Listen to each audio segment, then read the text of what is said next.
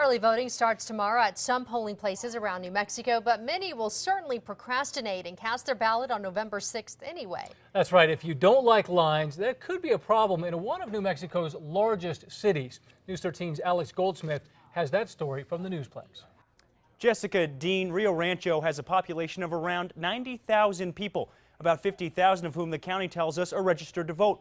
Well, come election day, you can count on one hand the number of places they'll be able to vote. February 5th, 2008. New Mexico Democrats are picking between Hillary Clinton and Barack Obama. In Rio Rancho, it's a zoo. More than 4 times the number of expected voters are at Rio Rancho High School, and the lines are bad, very bad. That election was run by the New Mexico Democratic Party. The Sandoval County clerk is in charge come November. But could there be issues? This year, there are 56 voting centers in Albuquerque alone, all free for any county voter to go to on Election Day. But in Rio Rancho, the number's a lot smaller. Just 5 sites open at city buildings and schools across the city of Vision, the same number as in neighboring Bernalillo. How big of a difference is that?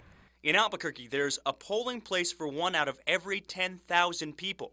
In Rio Rancho, it's closer to 1 for every 18,000. But the head of Sandoval County's Elections Bureau, Eddie Gutierrez, tells me he doesn't think there'll be an Election Day nightmare.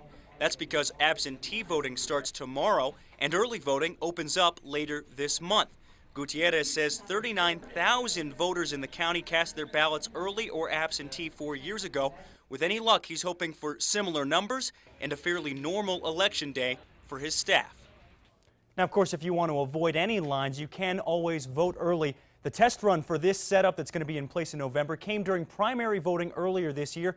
The county told me today that, if anything, there were too many sites open for that primary. Back to you.